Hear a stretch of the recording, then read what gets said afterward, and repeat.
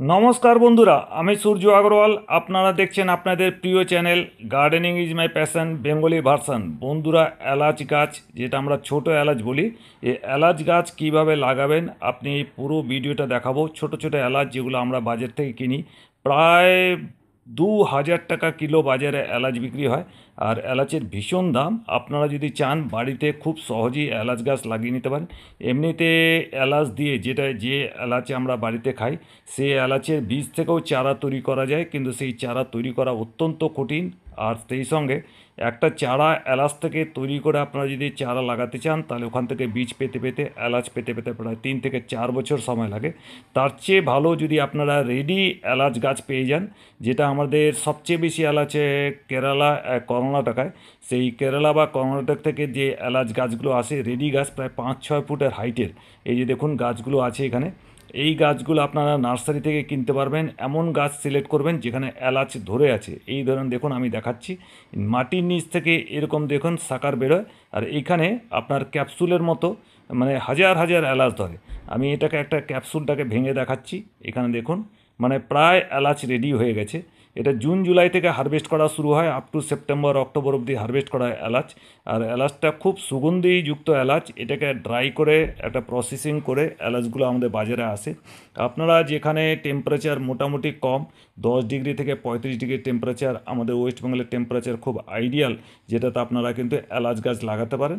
আর এলাচ গাছ লাগাতে গেলে এটা কিন্তু আপনারা দেখবেন একটা জিঞ্জিবারেসি ফ্যামিলির গাছ, মানে আদা আর হলুদ যে ফ্যামিলির গাছ, সেই ফ্যামিলির গাছ এই এলাচ। একটা মোটামুটি গর্ত করে নেবেন, একটা দেখে নিন, মোটামুটি 1 ফুটের একটা গর্ত করে নিন।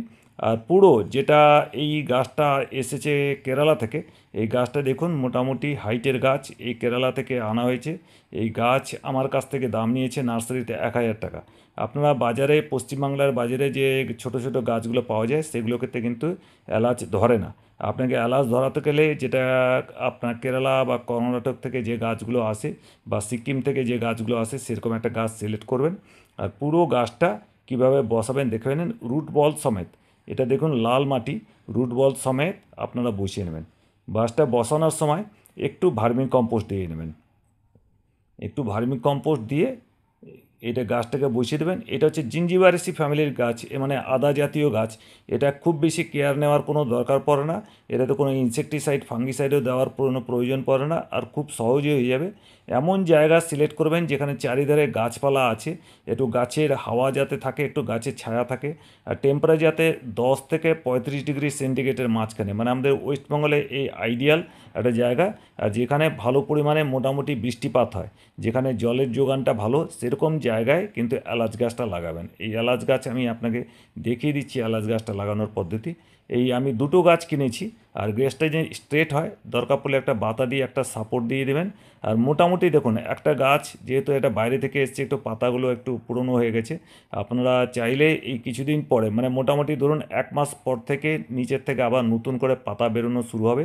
নতুন নতুন যে ব্রাঞ্চেসগুলো বেরোবে, সেইখান থেকে মোটামুটি পরের বছর থেকে কিন্তু আপনি প্রচুর পরিমাণে এলাচ পাবেন। এখানে দেখুন আরেকটা গর্ত করে নিচ্ছি। গাছটা লাগানোর পদ্ধতিটা পুরো দেখুন, নয়তো ভুল হতে পারে। দেখুন এই পদ্ধতিটা দেখে নিন। লাগানো কিন্তু খুব সহজ, যেহেতু জিঞ্জিবারেসি ফ্যামিলির গাছ, আদা জাতীয় গাছ। আর এটা একবার যদি লাগান, সারা বছর মানে জীবনভর আপনাকে সেকেন্ড টাইম আর লাগাতে হবে না, কারণ নিচ থেকে আপনার বেরোতে থাকবে। আর প্রত্যেক বছর এখানে দেখুন ফুল হবে। আর দেখুন এইভাবে, এটা তো অল্পটুকু হয়ে আছে, এখানে অনেকগুলো এরকম শাখা প্রশাখা বেরোবে, প্রত্যেকটাতে ফুল হয়ে এখানে এরকম এলাচের আপনি পেতে পারেন। দেখুন আমি আবার ভেঙে দেখাচ্ছি আপনাকে। পুরো মানে বীজটা পোক্ত হয়ে গেছে। আপনারা চাইলে এই বীজটাকে শুকিয়ে আবার যদি চারা করে নিতে চান, খুব সহজেই কিন্তু চারা হয়ে যাবে আপনার, মানে এলাচ গাছ।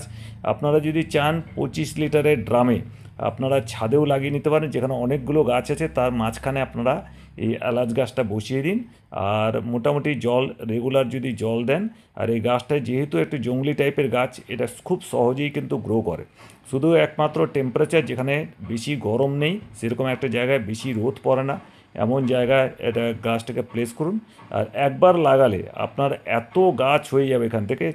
চাইলে ডিভিশন মাধ্যমে আপনারা গাছের বারবার অন্য চারাও করে নিতে পারেন। এখন আমি এটাকে বসাচ্ছি, বসিয়ে মোটামুটি কর্ণাটক, কেরালা, আপনার এদিকে অরুণাচল প্রদেশ, সিকিম, আর নাগাল্যান্ড, এই অঞ্চলে কিন্তু প্রচুর মাত্রায় এলাচ হয়। আর আপনারা এলাচ যদি চাষ করতে চান বাড়িতে, এইভাবে যদি দুটো গাছ বসিয়ে নেন, এরপরে আপনার এখান থেকে আপনার অনেকগুলো কিন্তু গাছ আপনারা করে নিতে পারবেন।